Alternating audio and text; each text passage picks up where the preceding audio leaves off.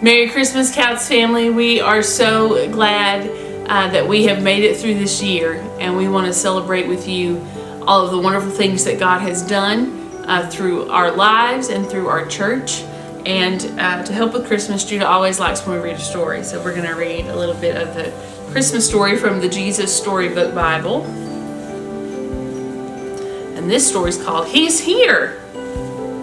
Everything was ready. The moment God had been waiting for was here at last. God was coming to help his people, just as he promised in the beginning. But how would he come? What would he be like? What would he do? Mountains would have bowed down, seas would have roared, trees would have clapped their hands, but the earth held its breath. As silent as snow falling, he came in. And when no one was looking in the darkness, he came. There was a young girl who was engaged to a man named Joseph.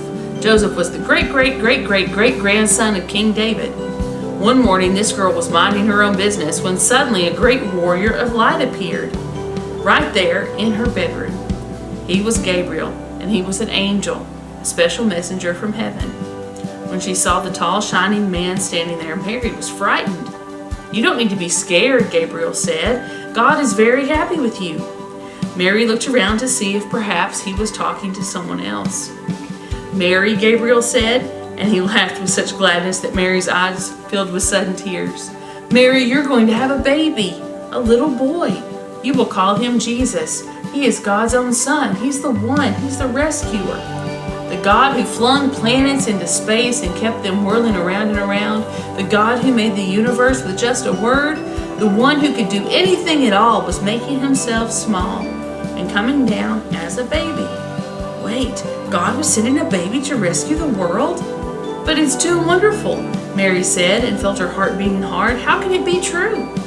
"Is anything too wonderful for God?" Gabriel asked. So Mary trusted God more than what her eyes could see, and she believed. "I am God's servant," she said. "Whatever God says, I will do." I love that part of the story because it reminds us that with God, all things are possible.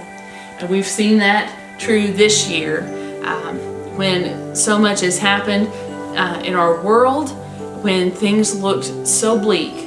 God was still there with us.